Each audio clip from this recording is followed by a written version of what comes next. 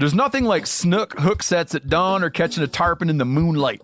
Find your next fishing trip made easy on fishingbooker.com and experience the magic of the Sunshine State or any other destination on your fishing bucket list.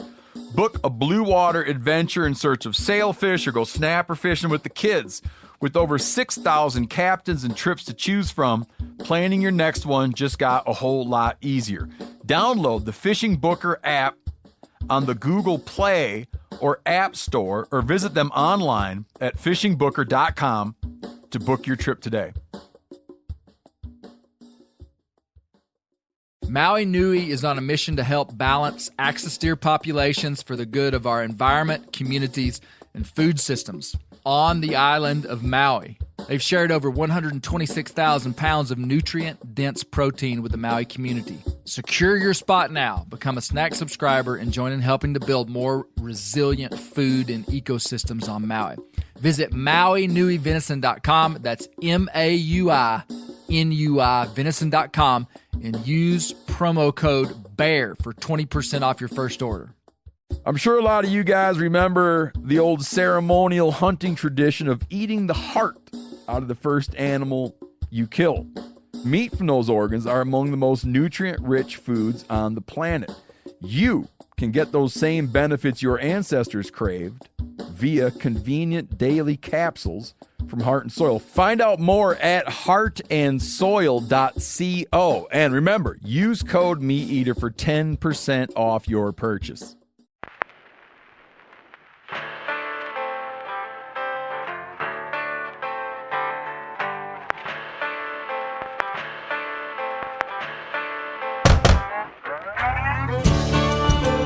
My name is Clay Newcomb, and this is a production of the Bear Grease podcast called the Bear Grease Render, where we render down, dive deeper, and look behind the scenes of the actual Bear Grease podcast. Presented by FHF Gear, American-made, purpose-built hunting and fishing gear that's designed to be as rugged as the places we explore. Welcome to the Bear Grease Render podcast, where we break down the actual Bear Grease podcast, our documentary-style audio podcast that is in-depth, research, polished, produced, intriguing stories about rural American life. And on the Bear Grease Render, we gather around an eclectic group of people to discuss the previous week's podcast. So welcome to all you new people. I have with me today Brent Reaves, Loren Moulton of Meateater, longtime Meateater videographer. Howdy. And Big Dirty Dave Gardner, also pretty long time videographer of Meateater. Great to have everybody. Great to be here. How does it feel to be here? It feels wonderful, especially when you have freshly killed a big old Missouri turkey. Yes. We're going to get into that. 10-4. Brent was telling me just a minute ago, he was singing a song, and I asked him how many live concerts he's been to in his life. Give me the top 3 best concerts that you've ever been to. Oh, my gosh. I would have to say Waylon Jennings. When and where? 1982, Pine Bluff Convention Center, Pine Bluff, Arkansas. Wow. The Eagles, when the Eagles came back, 90-something, I don't remember. Okay. But that was at War Memorial Stadium in Little Rock. Okay. Eagles. So Waylon Jennings, Eagles. Number 3. I'm going to ask you guys this. Gosh, number 3. Maybe Tom Petty, man. Tom Petty. When did you see Tom Petty? I saw Tom Petty the last year that he was touring. I may be partly responsible for him dying, but Tom Petty's dead. Is a hammer. Okay. Yeah, he is. Okay. And now tell me about. I asked Brent if he'd ever seen Elvis, and he said no. We had the chance to see him a year before he died. And tickets were $11, and Mama said she couldn't afford to tote all of us, so we didn't get to go. Okay, but I'm thinking she could have left everybody home with me and her. And how old were you? I would have been. I'd have been 11. 11. Okay. Cool. Loren, Yeah, that's cool. live concerts. Have you been to some live concerts? Yeah. Top 2. As I was a younger guy, I went to a lot of concerts, and then I've worked the concert scene through the last 15 years. Worked 'cause it the through. venue- What's that mean? We Playing had steel a guitar. venue at the brewery Oh, that I worked at. Gotcha, so we gotcha. had tons of big names come through there. Crosby, Stills, Nash, 50 Oh, wow. Cent, Widespread Panic. I don't know. Millions. Decemberists. A ton of concerts. But if you're asking me favorites, I don't know, man. This is going to shed some light on me. Uh-oh. I don't know if I can pinpoint favorites. Okay, Favorites okay. is hard, but Yeah. first show I ever saw was Steve Miller Band. That was pretty cool. I think I was about 14 years old. Okay. Then saw Eric Clapton and Stevie Ray Vaughan's last show there at Alpine Valley, Wisconsin. That was pretty incredible. Went to a bunch of Grateful Dead shows when I was in high school. Okay. That was fun. Dave. So they say. I don't remember it. Yeah.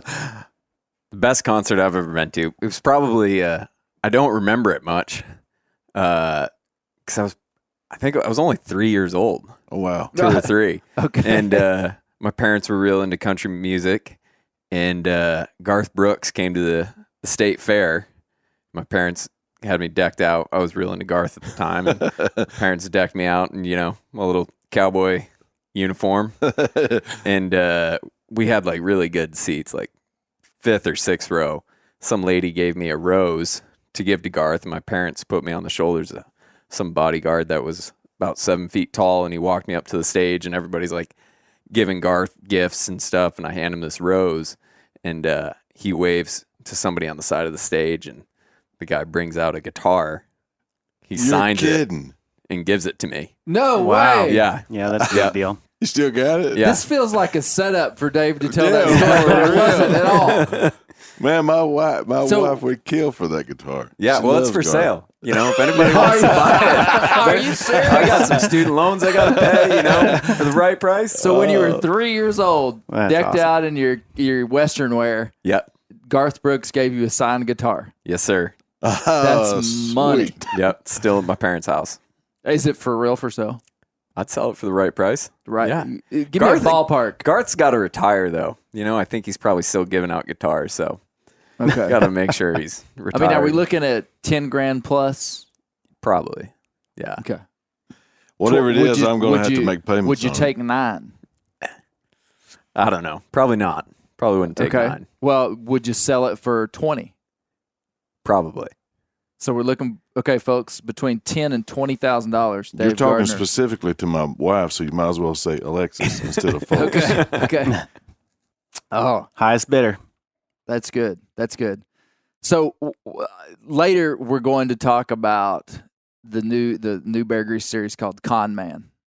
That's the direction that we're going. But before we get there, Brent Reaves, longtime Bear Grease render guy and friend of mine, you have a new Meateater podcast out. Is that crazy? It is crazy. What were they thinking? Yeah. Yeah, This Country Life with me, Brent Reaves. Brent Reaves. Yeah. Tell us what This Country Life is about. Well, it's going to be about just hunting, fishing, just general country living, everything that goes on. If it can be thought of or it's happened in rural America, it's on the list and it's fair game. And we're going to be talking about that. And we're going to be talking about things that will, air quotes, help you beat the system. And so tell me the structure of the podcast, because it's great. I love the structure of it. It'll start out with like I'm going to do a little intro and tell folks what we're going to talk about in the main subject. And then I'm going to tell a story, like a 5-minute story, something that happened in my life to me or about me or someone I know. And it may relate to the subject we're talking about. It may not. It may just be a story I like to tell. Mm-hmm. And then we'll get into the main subject and get that covered. The whole thing's going to last about 20 minutes. So it's a very short listen, and it's a monologue. It's a Monologue, monologue with the Brent, and it's going to cover country skills. So when you listen to it, you're going to gain a country skill, but you're also going to get a lot of great stories, and it's funny. It's not a comedy bit, but it's designed to be funny, entertaining stories that teach you a country skill that will help you beat the system. Yeah, and it's and they're all true. I'm All not, true. not making up any of it. It all happened to me or someone I know.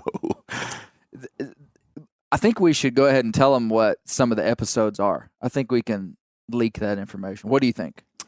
Sure. Some of them will be like how to train how to pick out a squirrel dog, where you go to do that, how to catch catfish on a trot line. So one episode is how to train a squirrel dog. So that's what you'll see, how to train a squirrel dog. Yeah. But when you listen to it, you're going to hear a couple of unique stories about Brent's life in the squirrel dog world and his dad's stories. And then he's going to go into how to find a squirrel dog, how to train it. You know, I've had a habit. I can remember everything but math. And anything time that we're talking, you and I are talking, I'll remember a story. I'll be reminded of a story. And then we go off on a tangent, and I'll tell a 5-minute story about something that happened. That's more or less how that thing's going to go. Yeah. I'm going to start out with the story, and then we'll start with the subject of what we're going to talk about. Say it's finding a squirrel dog, where you go to do that, and I'm going to give you the tips on how to do that. And then through there, I'm going to throw in some anecdotal stuff that has happened to me or my dad or my friends or something that will relate to it. Yeah. So another episode is how to run a trot line. So country skills. You need to know how to run a trot line. There's a podcast on duck camp etiquette. So how to handle yourself if you're in a duck camp, because Brent was an outfitter for 26 years. Right. There's a podcast on what a country man needs to carry in his pockets. And it's a whole podcast is about what you have in your pockets. Very interesting. We have a podcast about how to buy a pickup truck.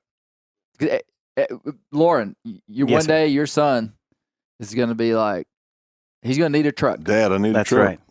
And if he listens to this podcast, he's going to have a leg up on knowing the ins and outs, what the way people treat their trucks, the way they handle selling a truck, and this is going to give him a skill that he's going to need. All right. Very valuable. Okay.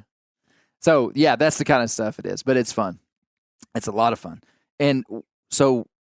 And if you subscribe to Bear Grease, you're automatically going to get it. Yeah, it's on this feed. So if you're listening to this, you're subscribed most likely to the Bear Grease podcast feed, and it'll be on there. Yep. So this is big news. It'll be a lot of fun. Big news. Big news. Soon it might be Bear Grease on the This Country Life feed. Yeah. That's probably what's going to happen. Brent, how do we come up with the name This Country Life? Do you remember? We were sitting in a restaurant. We were sitting at Herman's Steakhouse in Fayetteville, Arkansas. Fayetteville, Arkansas. You, Misty, and my wife, Checkered Alexis. tablecloths. This place is a famous steakhouse. It's in Fayetteville, Arkansas. Fayetteville's a nice town. You would drive past Herman's and you would think that it was an abandoned building. Yeah, it looks like a bomb shelter. It's an old house. Yeah. That sits in a part of town that has now been developed. But then there's just this old house sitting on the road. And they've actually fixed it up a lot from what it was 20 years ago. Yeah, it's been a staple for people going to Razorback games for years. You would and think years. that you would drive past it, and it's clear that it was once a residential house, and now all this big stuff has grown up around it. And they have, this like neon sign that says Herman's, and the parking lot will just be full of cars. Packed. And it's a steakhouse. And you go in there, and there's these red checkered tablecloths, and they give you saltine crackers and salsa. Have you ever heard that? Have you ever had that before? No, sir. I never have either. Have you ever had it before? Herman's is the only place I've ever done They it. give you a big bowl of fresh salsa and saltine crackers. Like a Mexican restaurant would give you chips and salsa. Sure. And then you order steaks and whatnot. And Misty and I were eating dinner with Brent and his wife at Herman's. Yep, at Herman's. And then what happened, Brent? Well, you looked up and said, you ought to do a podcast. And I thought, what in the world about? And I said, all I know is just country living is all I know about. And you said, well, there it is right there. And it kind of evolved from that. Yeah. From that conversation. And then we started putting some stuff together, getting some ideas, and it came together pretty quick. Yeah. So Yeah, we had an idea of this country life, and yeah, I bet the podcast is pretty close. The finished version of it is pretty close to what we developed at that table that night. Oh, yeah. And I can't take Misty and Alexis were highly involved in this too. Very much so. Yeah. It wasn't just me and you. No, they had the ideas about just like the format and the length and whether or not I'd be talking to people or just talking. Mm-hmm. And it grew from that. It didn't grow much from that. We just kind of refined it a little bit. And Yeah, so let us know what you think of the podcast. It's going to come out every Friday, so it's going to be weekly, every Friday. We got a sneak peek on the boat. Yep. And I thought it was awesome. It was great. You should take a listen. Yeah. Thank you, man. It's a lot of fun doing it. Got a lot of good folks working on it. Yeah. So we're in Missouri at Turkey Camp. We've come up to a place that Brent has hunted for the last 25 years, 25 plus years. Yeah, a long time. You got some family, you got some friends up here that have been kind of like family to you for a long time. Long time, yeah. And this morning you killed a turkey, you and Big Dirty. We did. Tell me about it. Man, wind, as you know, the wind was blowing this morning as hard as it could blow, I think. And on our fourth setup, on the second turkey that we sat down on, we finally got him to hear us. We'd snuck into a place and in this field where this turkey was, and he was just over a terrace row from us. There's a little bit of topo up here, so it allowed us to get up to the edge to where we thought this turkey was. And Dave actually slipped up around some cedar trees and looked over that terrace row and could see that turkey down in there. This is 9:20 at that time, and he said he was just gobbling his brains out, and he come back and sit down and grabbed the camera, and we started calling. And we had a lull in the wind enough that I could get some call out to him, and he answered. And then it was just as fast as he could strut coming to us. And of course he seen the decoy, and he came right on in there. They had a little boxing match out there, and I told Dave when I shot him, he was boxing that Jake decoy. The bad thing about it is that he went to glory thinking that Jake killed him. That's good. So Loren and I this morning we should have been in the same situation. We were hunting the edge of a big cornfield, and the birds, they roosted in a spot we didn't think they were. And so we were kind of set up in the timber. They weren't in the timber. They were out on the edge of this cornfield. So right at daylight, just about fly down time, we kind of got out and put a decoy out about 20 yards in the edge of this big field. Two adult gobblers and several jakes go out into this cornfield, and they're just around a little hump from us, so we can't see them, but they're gobbling. And I've got decoys out, and we're on the edge of the timber, and everything's good. Yeah. And I start calling. They answer. Just the harder I called, the more I called. I was calling them a mouth call and a slate call. The more they got fired up, and sure enough, we just hear him getting closer and closer. Big gobbler. And finally, we see him strutting out there at probably 250 yards, and he sees the decoy, and here he comes, just running. And I mean, we just think, well, here we go. Yeah, we've got a half strut Jake, and a sit down hen, and he sees him, and everything's good. And he comes up over the hill, and is running, but directly behind him are 4 jakes, about 50 yards behind him. And ruffians. The closer he gets to us, he comes into 100 yards, and I think those jakes spooked him because he stopped and he kind of started looking behind him, and then he cut hard and made a big loop and just kind of disappeared. And those jakes ended up coming in. They didn't come all the way in, but anyway, the more I think about it, Loren, I think that it's possible that they saw us. What do you think? Or just didn't like? We were hid pretty good. We were by some fallen logs and whatnot. Yeah, I think we were concealed pretty well. I don't know. I mean, who knows? Yeah. Could have been anything. But this bird, so the big gobbler peels out, and then the jakes come in to probably 100 yards and I'm not really trying to call them in, and they kind of fade off. And then we start calling again, and that same gobbler comes back. The jakes are gone, and so now he's coming back alone. And I think, oh, good. Well, You got him now. I got him. He comes back in to 150 yards and stands in the same spot for no less than 25 minutes. Yeah. And just gobbles every time I call, every time a crow calls, every time another turkey gobbles, and just stands there and watches our decoys for for so long. I thought to myself, this is going to take a long time for him to ever get here. And You're still waiting on him, ain't he you? finally skirted off and around, got on to this other field. We circled all the way around him, like walked probably close to a half mile to get completely the opposite side of him. And I'm losing the jake. I think he's afraid of the jake decoy. That's what I think. So I just stake out the single hen and think, oh, man, he'll come now. And because I'm on opposite side of him, the way he kind of was wanting to go, it was great. Called, and he gobbled, but never would move an inch. Just sat on the edge of that field just watching where we were and would just gobble at us. And then he just walked away. Faded away. I don't. It's a hard turkey to kill right there. 2-year-old turkey probably that's been roughed up by jakes. I mean, it's on private land, so it's not like he's been messed with. We're the first people to hunt that place this year. Right. So I can't understand it. But, yeah, these field turkeys, I'd Some of 'em are rather tough, kill them man. in the timber, man. It's hard. It's really hard. It's fun And to if- see them. It isn't. And if you're calling, a lot of times, I'm not a fan of decoys. But if you're hunting fields, you about got to have them. Yeah. Because when they get to where they can see where and they know where that calling is, and they can tell within, turkey can tell within a foot where that racket's coming from, and they don't see a hen there, yeah, they ain't coming. Lots of times they ain't. Yeah, yeah. So we got one more day here. We'll get her done. Yeah. We ain't going to talk Won't be as about windy. Tuesday.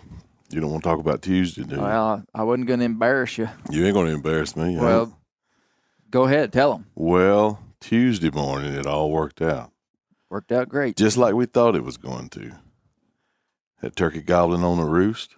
He answered us from the roost. Flew down from the roost, and we watched him on film walk 250 yards, gobbling and strutting every step of the way, all the way into 35 yards. Do that again. I'm having a flashback right now. And when I pulled the trigger, the first time and the second time, what's he doing? As far as I know, he's still doing it. I think he flew to Mexico. I think he did. I think we spooked him this morning. Yeah. Yeah, we walked under one this morning. And on the same limb. So I was up about 30 yards in the woods, let's just say north of Brent, because it was uphill. Mm-hmm. And the idea was I was going to call a little bit back in the timber, and this bird was going to come through this field. And it worked out incredibly well. Hey, we couldn't have drawn it up any better. And I would learn that Brent thought I was overcalling way too much. I was about to have a stroke. I was sitting there, and every time he'd call, he'd just shake his head. I was like, no, stop. No. I was thinking about being mic'd up, and I thought, well, they're going to listen to this, and I was just shaking my head. No.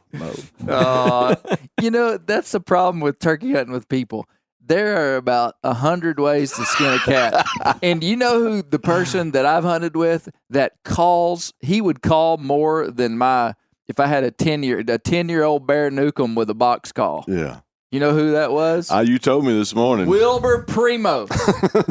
They down there, they say that he'll leave Yelp marks on one after he kills them. Well, that's how when they started out, and there's some of their first videos of what they said, that people are going to say, we called too loud and we called too much.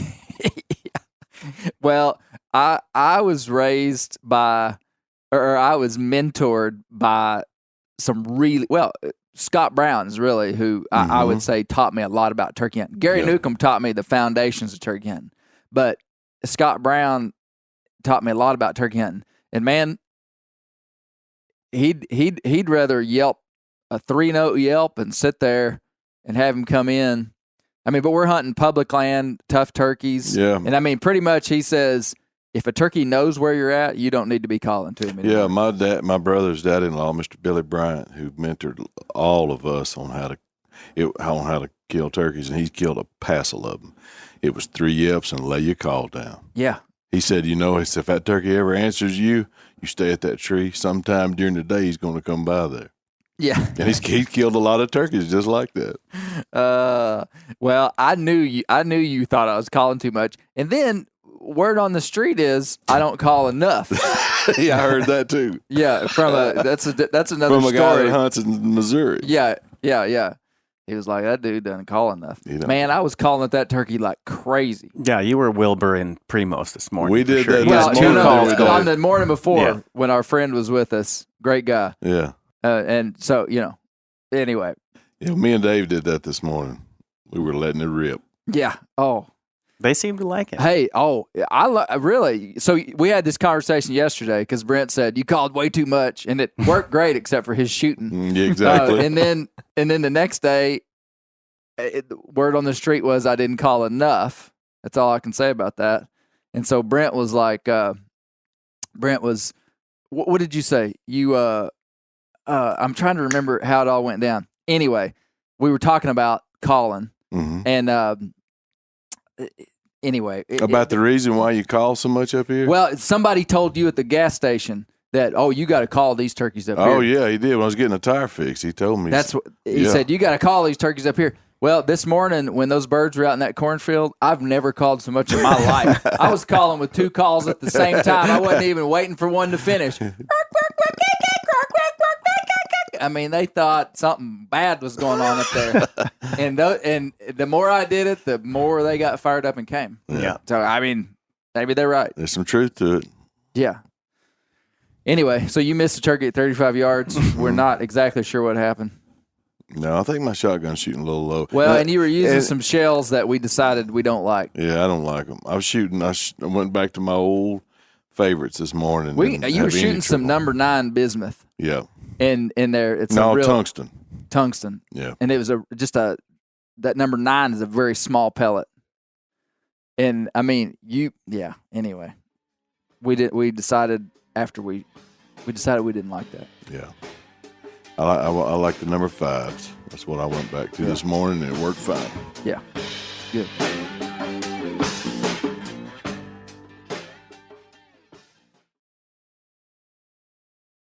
Ready to win Mother's Day and cement your reputation as the best gift giver in the family? Give the moms in your life an Aura digital picture frame preloaded with decades of family photos. She'll love looking back on these memories and seeing what you're up to today. Even better, with unlimited storage and an easy-to-use app, you can keep updating mom's frame with new photos, so it's the gift that keeps on giving. And this is not a joke. Juju Newcomb has an Aura frame, and we share photos, and they're incredible. Also, my mother-in-law has one. We have them. They truly are really good, really high quality. The Aura frame is easy to set up. It takes just 2 minutes to set up a frame using the Aura app. It also adjusts the display depending on light levels in the room to maintain the true color of your photos. For real, the digital screen is amazing. Right now, Aura has a great deal for Mother's Day. Listeners can save on the perfect gift by visiting auraframes.com to get $30 off plus free shipping on their best-selling frame when you use code BEAR, B-E-A-R, BEAR. That's auraframes.com. Use code BEAR at checkout to save. Terms and conditions apply. I've had a Helix Sleep mattress for over 2 years, and it is for sure the nicest mattress that I've ever slept on. I've slept much better in the last 2 years, been more comfortable than I have for my whole life, and that's true. The Helix lineup offers 20 unique mattresses, including the award-winning Luxe Collection, the newly released Helix Elite Collection, a mattress designed for big and tall sleepers, and even a mattress made just for kids. Take the Helix Sleep Quiz and find your perfect mattress in under 2 minutes, and your personalized mattress is shipped straight to your door free of charge. Helix has several different mattress models to choose from, each designed for specific sleep positions and feel preferences. Helix is offering 20% off all mattress orders and 2 free pillows for our listeners. Go to helixsleep.com/clay and use the code HelixPod Partner 20. This is their best offer yet and won't last long. With Helix, better sleep starts now. The old timers say that the turkeys start gobbling when the leaves are as big as squirrels' ears and the red buds start popping. And we're about there. And we are there in the South. The Onyx Hunt app is one of my most valuable tools in the spring woods. With tools like coniferous versus deciduous tree distribution layer, you can save time by locating edges or transition areas of mixing habitats from home. Find an area like this with water in close proximity, and more than likely, there will be a gobbling turkey nearby. Knowing the exact boundaries of private ground ensures I stay on the right side of the fence, but can easily find public ground to go see if I can't strike a gobbler. If you do get one to sound off, using compass mode and waypoints will help you pinpoint his exact location, allowing you to move in and make the perfect setup to bring him right into your lap. Download the Onyx Hunt app today. You'll be glad you did. Onyx has a special offer for you. Use code BEARGREASE to receive 20% off your membership at onyxmaps.com/hunt this spring. Con Man. Loren, so the title of this series is it's called Con Man, and it's about a man named Asa Carter. If you hadn't listened to the podcast, this isn't going to make any sense. You need to go back and listen to the episode titled Con Man, The Education of Little Tree. And what does con man mean, Loren? Con man is a confidence man. It's short for confidence man, but the definition is a man who cheats or tricks someone by gaining the trust or persuading them to believe something that's not true.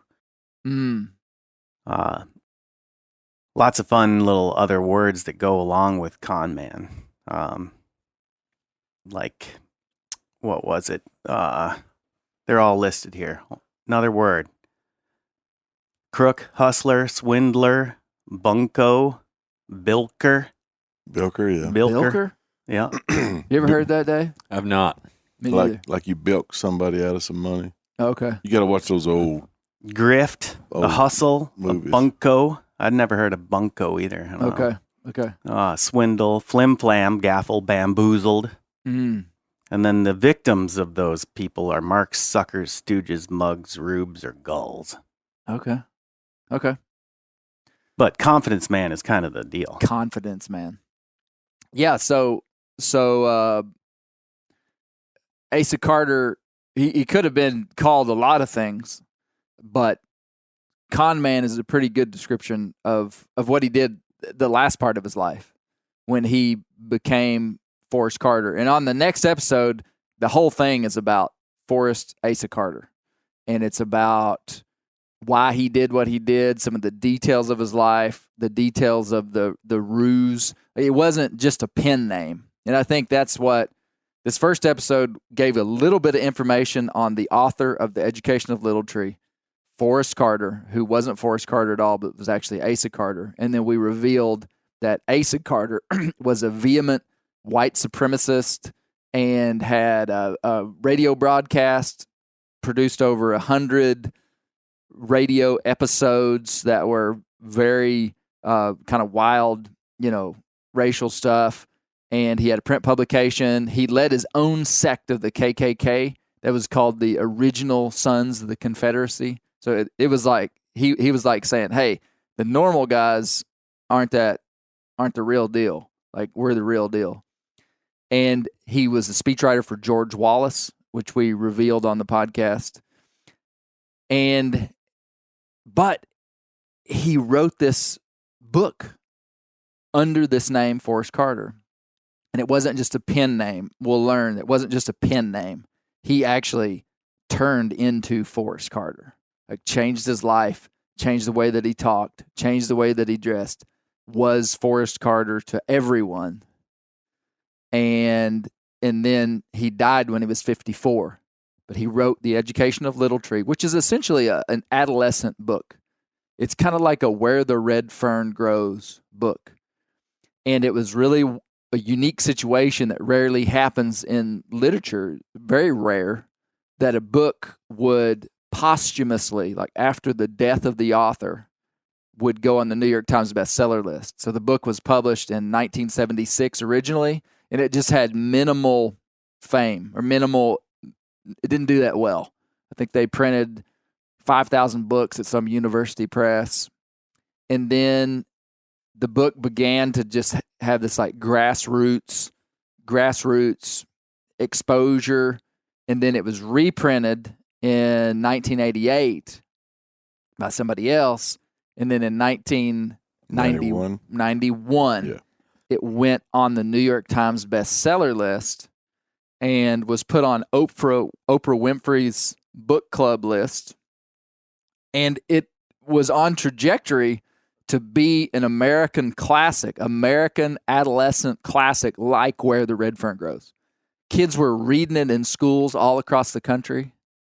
It was this book that was just full of wisdom, moral lessons, and it was intriguing to read. And it was written by this man that was a Cherokee Indian, it was believed. And so the story was just fantastic. And people loved it. And then, I'll give you a little spoiler alert. Dr. Dan T. Carter, my guest on the podcast. No relation. No relation to Asa Carter. You guys thought that was a little confusing. All the Carters. Carter this, Carter that, which is true. But Dan T. Carter, I went to his house in North Carolina. Incredible guy. Very, very nice guy. He's 81 years old. Sharp as a tack. Like just very, very intelligent. Very, he's just all there.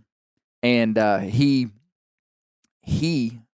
is the one who exposed Forrest Carter in 1991 with an op-ed that he wrote in the New York Times.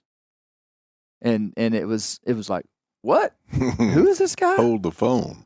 Yeah, and it was before internet, so it was easier to do that because there was this, there were a lot of people that really knew Asa Carter, knew what was going on, but it's not like they could go on Facebook and tell everybody. You mean easier to keep it quiet? Yeah. Or they were telling. He said that when Barbara Walters in the 1970s interviewed Forrest Carter, which is wild, and there are zero. Dan T. Carter says that there are zero audio recordings or video of that. Because I asked him, I said, hey, where can I find that? And he said, it doesn't exist. He said back during the 70s, the Good Morning America show, they literally were erasing tape. They would film something, and after a certain period of time, they would erase the tape and like reuse it again. Right. And you can't go on YouTube. You can do, somebody find it. It's not there. But there's no video, because I was going to look at that interview, and it was Forrest Carter, the Cherokee Indian, Right. talking to Barbara Walters. Yeah, And that was before VCRs, before any of that recording capability at home. Yeah, yeah. And it was there that Dan T. Carter said that the lines lit up at the Good Morning America show saying, hey, that's not Forrest Carter, that's Asa Carter. And they were just like, nah, that's not true. This guy's legitimate. And there was no way for them to type it in and check this guy out. But what do you think of that? What do you think of that, Dave? It's pretty wild. Couldn't happen today. That's for sure. What are the implications, do you think, of this is a question to everybody. Never before we've never lived in a world where people had this much access to information. I mean, it makes you wonder what kind of stuff has gone on forever before about the year 2000 with people. Anything that anybody could get away with. Yeah. That's what's gone on. Mm-hmm. I'm sure it's since the first fellow wanted to trick the other one. I'm sure it's much, much more difficult to be a confidence man now. Yeah. Yeah. We're going to do a new show called Modern Con Man. Wild. Well, what stood out to you guys about this episode? So many wild things. And I'm talking a lot here.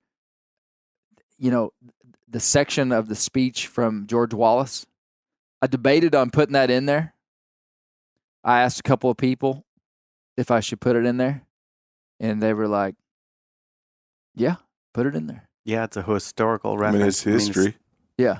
It's historical, and these are tales that things that need to be talked about and discussed. Yeah. I tell you what I got from that, from the first part. Now I think it'll only be solidified by the second part. Obviously, I hadn't heard it yet, but for that guy to live that double life, for him to write such a poignant story and touching, heartfelt story, people are inherently good, and they choose to be bad. Mm. He chose to hate other races other than his own. He chose to be that way.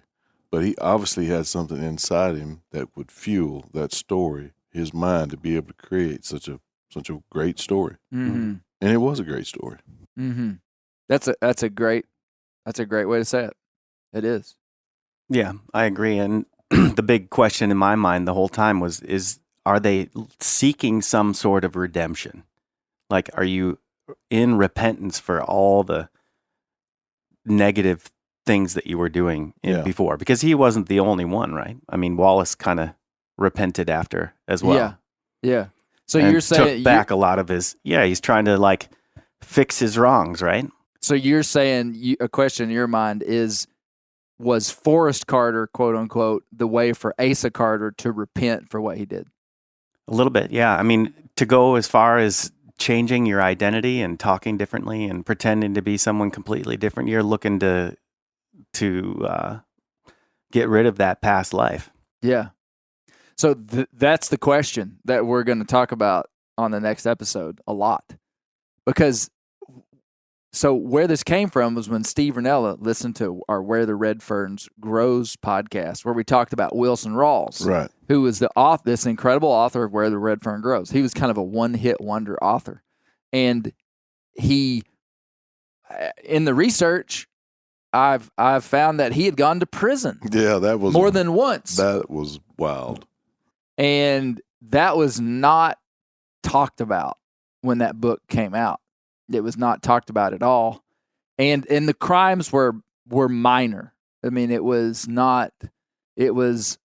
larceny of domestic stock, domestic chickens, which that may not be the full story. You typically don't send someone to prison for stealing chickens. So, and then there was not armed, but there was some burglary. So, I mean, it was clear the guy had a rough early life. It was when he was in his 20s. But then he ends up writing this book. And so the question was this book a way for him to kind of fix his past? And it seemed possible. This one, I don't want to give away too much, but it's way more complicated when you hear the whole story. And that's why it's called Con Man. Right. And not Redemption Man. Because it gets pretty wild. It gets pretty wild the more you look into it, But that is a great question.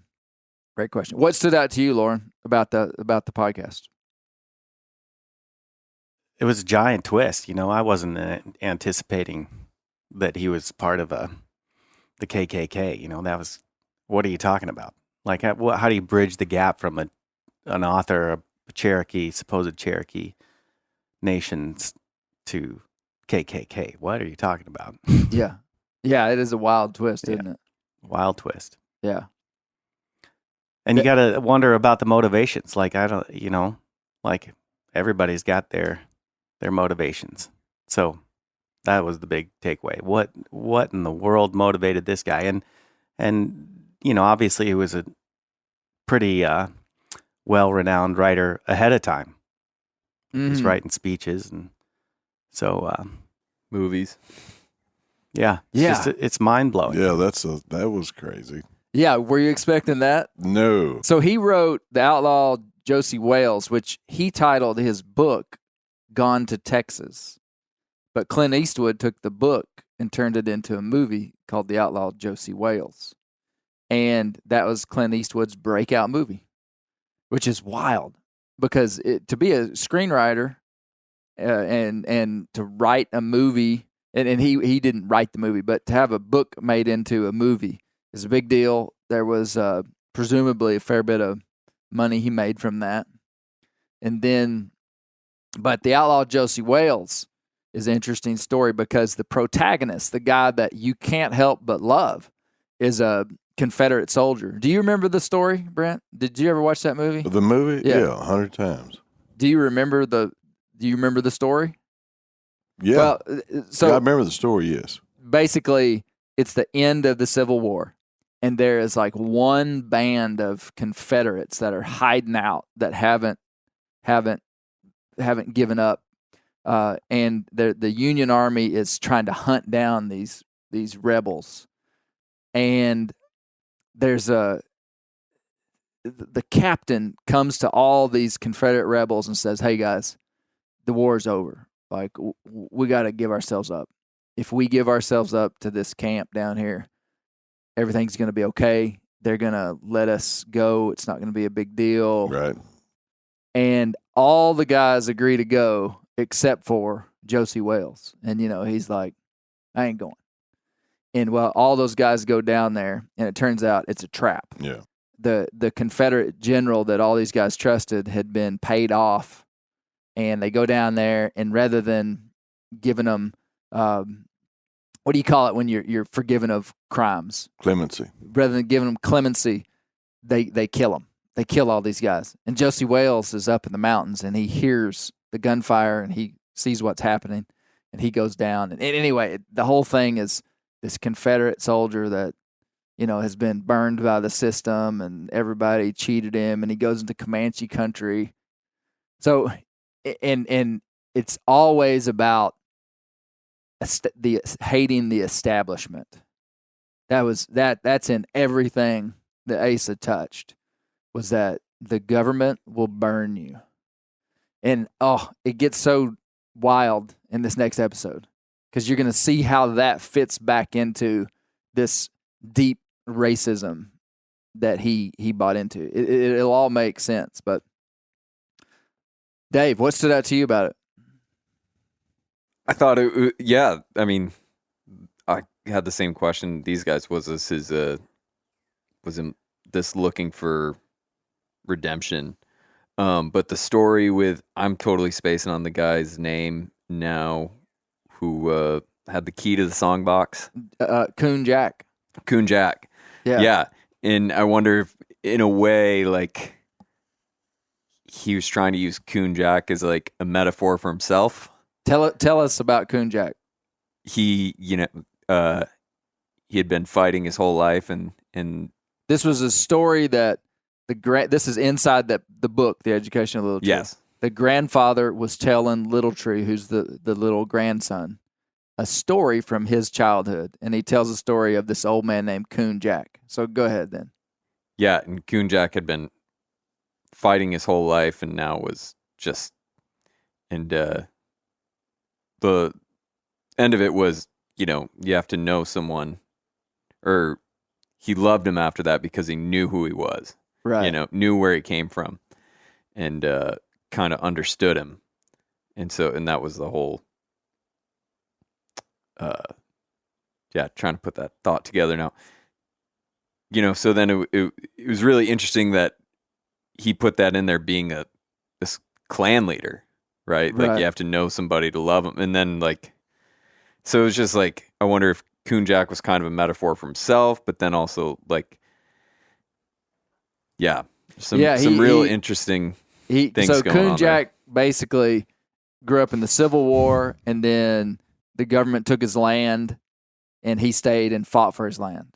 And so Coon Jack is this old man embittered that wants to fight everybody, and he wants to fight he basically shows a pistol at church when the guys, he said there'd been people talking bad about him. About the songs he picked out. He had the key to the songbook box. And so Coon Jack flashes a pistol in church and says, "Hey, I'll use this on anybody that says I'm doing this wrong." And Grandpa's dad, Little Tree's great-grandfather, stands up and just smooths the situation over, gives a lot of dignity to Coon Jack and says, "We're so sorry. You've done a fantastic job at the songbook box. You keep doing it." And the way that he handles it with such wisdom and grace and empathy is pretty touching. And that's why it's so wild to read all this stuff from that written by Asa Carter. Because this guy, I mean, I couldn't have made up that story that would have shown the deep intricacies of somebody that's really broken and hurt, and a very understanding, empathetic response to that brokenness that actually should help the broken person. Because the great-grandfather stands up and goes, Coon Jack, you're doing a great job. We love you. And then great-grandpa, it's kind of confusing, but basically the old man then tells the young boy, we love people. You can only love someone if you understand them. So this is what's going on with Coon Jack, and we love him. And it's like, and he made the statement that why did he get so upset over that? And he said that the key to that song box is all he has. Yeah. So that was his reason for being, his focus in life, and something that he could call his own and have power over it, because he lost his land, he lost the war, everything. He had lost everything his whole life. And it would be different if this was a true story, but this cat made all that stuff up. Yeah. That's what gets me. Yeah. A beautiful way to explain something like that. Yeah. In the book, the hardest part of a podcast like this is trying to find, I can't read the whole book on the podcast. Right. That would have been cool if just every single person that listened to this podcast had read the whole book. Couldn't happen. So I just cherry picked maybe like 4 or 5 sections to read that stood out to me. If you'd have read it, Brent, I promise you wouldn't have picked the ones that I picked. Like those weren't even the high points. Yeah. Because when I interviewed Steve Ranella, who's a guest on the podcast and a main player on the next podcast too, he was talking about stuff that I didn't even remember. In our talk, he would go, but what about the story about that? And I'd be like, oh, I forgot about that. Like, so you just pick up on different things. And so I was just trying to highlight these places where you see that this author was connected authentically to human nature and what appeared to be really genuine love and empathy for people. And I mean, there's our wild question is, how do you get access to that? I thought it was such a great, to me, it made sense because Steve said when he reads the book, the things about nature, it's full of really great stuff. Fox hunting, they trap turkeys. There's a lot of stuff about nature and the mountains and predation and the way. I read the part about the way on the podcast. There's a section called The Way, and the way is the Cherokee descriptor of the way of life, and he talks about how the hawk catches the slow quail so that the slow quail doesn't make more slow quail, so only the fast quail survive. And then the hawk most of the time catches the mice and the rodents that raid the nests of the quail. And so Talcon, the hawk, it actually helps the quail, and that's the way. The way he talks to Little Tree about white-tailed deer management, which totally goes against what we would do today. But he told Little Tree to not shoot the biggest deer, but to shoot the smallest one, to shoot the smaller, weaker deer, and let the big ones go. He said, only take what you need. And he said, the reason there are wars and there's strife in the world is because people take more than they need, and they spend their lives trying to protect the excess. And he said, if people only took what they needed, we wouldn't have all these problems in the world. Who can argue with that? And they call that the way. And then this is like a writing thing that when you see it, you're just like, you want it. Little Tree says, and I knew that Grandpa and I knew something that most people didn't. Like he always was throwing that in there, that they just kind of had this thing that like they had this thing figured out and the rest of the world didn't. And so Steve had said, I'm kind of on a rabbit trail there, but as Asa Carter described the natural world, Steve was like, that guy had been in the mountains. That guy had been fox hunting. Yeah. That guy had plowed with a mule. That guy had grown corn. That guy had picked ripe watermelons to understand what they're ripe. That guy had made moonshine or been around moonshine. And he said that was authentic. Well, when I read the stuff about empathy and human nature, it's like this guy was deeply in touch, more probably than most, more than me, with with how people operate, which is therein lies the question.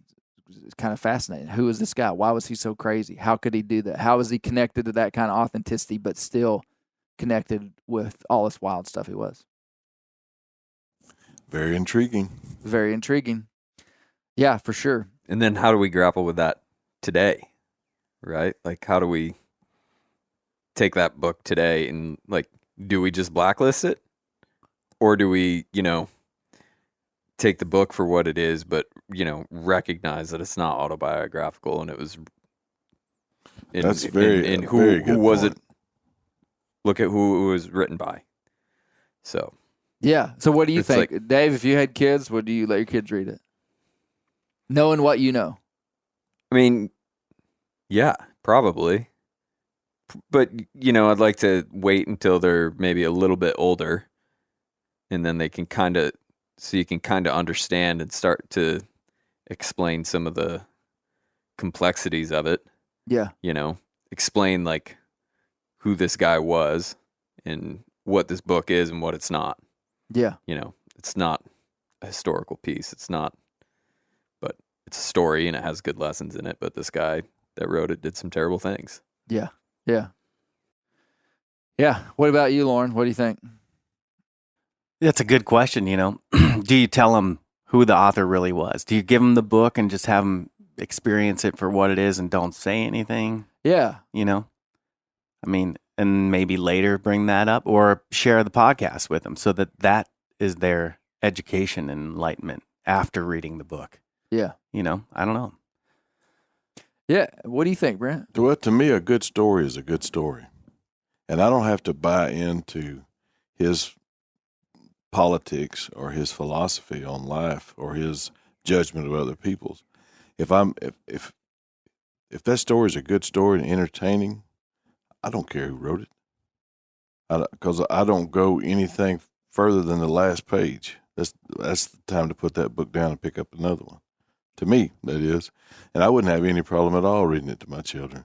Because anything that, if that book is the way you say it is, and I trust your judgment, that it's a poignant story about life of a little person, it's fictional. It's not made out to be autobiographical. Is that correct? Well, he wrote it as like based on a true story. Okay, kind of one of those deals. Then I would start the book off that this is not true.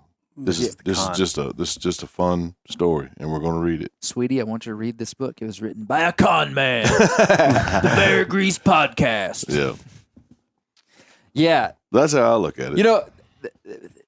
The bigger question we get into the second episode, you should have just skipped this render and listened to the second episode, people. But we talk about, does character matter? Because in the bottom line is that in some places it does. In some places, Yeah, sure. well, the character matters everywhere. What I'm saying is, could you get something from a source that lacked character? Because the book standing alone, and somebody might read it and have problems with something, that other people wouldn't. I mean, it's not like I buy into the cosmology of the Native Americans. I mean, that's their stories and stuff, just about the creation of the earth and all this stuff. Like, I'm not getting behind that. But what I am saying is that the book is legitimately got some great stuff in it. Mm-hmm. But there are places in life where you don't want anything from something that comes from a very flawed source. And we're going to talk about that kind of stuff on the next podcast. Lots of foreshadowing. Lots of foreshadowing on this one. Lots of foreshadowing. But no, I would let my kids read the book. Now, whether I would tell them about it right away or not, Right. I don't know. Because it's so hard to read the book, and I've spoiled it for everyone, but it's so hard to read the book with this knowledge and really take in the book as you would if you knew nothing. Right. If you didn't know anything, you just read it, you might come away with different conclusions about it. But nobody was. You don't be mad at me because you weren't going to read this book in 2023 because that's a joke. You are supposed to laugh. Yeah. Somebody Say could be something like, "Well, funny. Clay, it was on my book list." No, it wasn't. Say something because funny and we will. It was the blacklisting of that book when Oprah took it off her book list in 2007, and which was years after it came out, which was kind of interesting. It took a while for it to like trickle through the world. People just haven't read it, and so I on the podcast talked to Steve about how I had a difficult time finding an academic person that would talk to me. Now Dan T. Carter talked to me about Asa Carter, but Dan T. Carter is not necessarily a expert on the book, The Educational Literature. Right. Typically, you can find an academic expert on a piece of literature. For instance, on Where the Red Fern Grows, I interviewed a guy at the University of Arkansas that was like, "Heck yeah, this is in my field of literature. Mm-hmm. You know, have students read this book. Yes, I will talk to you." We sent out emails everywhere and just got nothing from anybody. And at first, well, the one person that did respond said, "Hey, you know this book has been blacklisted, right?" And I was like, "Yeah, that's why I want to talk about it." And but so I couldn't understand if people didn't want to do it because it was blacklisted, or if because it was blacklisted, nobody read it and knew about it. There's two reasons why people wouldn't have emailed me back. You understand? Did you resolve that in any fashion? No. You still don't know? None. And it's totally anecdotal because, you know, there'll probably be people that write in and be like, "Well, I'm a literature professor and would have been glad to have talked to you." But the typical amount of work that we put into trying to find Mm-hmm. the best sources for interviewees about topics, and we do, me and Isaac, we put a lot of work into finding really great guests. We could not find on this one. We were like scratching our heads. Steve was actually like option B. Steve Ranella was like the B team. I was like, "Well, okay, Steve, Go ahead. no," and he was fantastic. It was Steve's idea originally, this podcast. Steve read this book back in college, and then he after listening to Where the Red Fern Grows, said, "Hey, you ought to do one on educational literature." I didn't know about the book. Steve knew about You'd the never book. heard of it? I'd never heard of it. And no, Steve was great, man. He reread the book, and so he was coming hot off of rereading the book. No, he did better than an academic. Well, Steve is a literary. I'd call him a literary expert in most types of literature. He's able to critique it, and so anyway, he was fantastic. Well, guys, closing thoughts.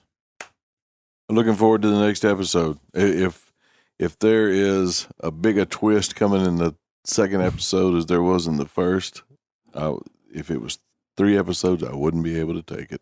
Wouldn't be able to take it. Yeah. It was cool. It's definitely got me hooked and wanting to listen to the second.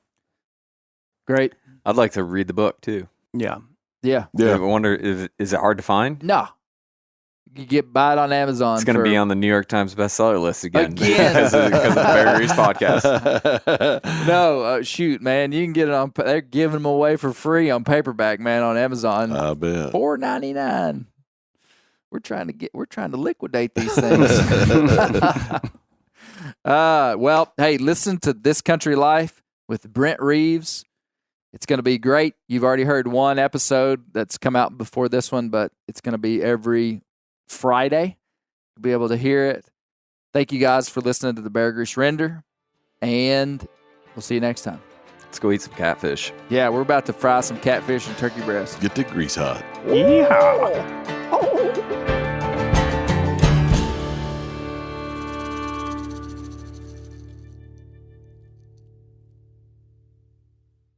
I'm sure a lot of you guys remember the old ceremonial hunting tradition of eating the heart out of the first animal you kill. Meat from those organs are among the most nutrient-rich foods on the planet. You can get those same benefits your ancestors craved via convenient daily capsules from Heart and Soil. Find out more at heartandsoil.co. And remember, use code Meateater for 10% off your purchase. Outdoor adventure won't wait for engine problems. Things like hard starts, rough performance, and lost fuel economy are often caused by fuel gum and varnish buildup. Seafoam can help your engine run better and last longer. Simply pour a can in your gas tank. Hunters and anglers rely on Seafoam to keep their engines running the way it should the entire season. Pick up a can of Seafoam today at your local auto parts store or visit seafoamworks.com to learn more.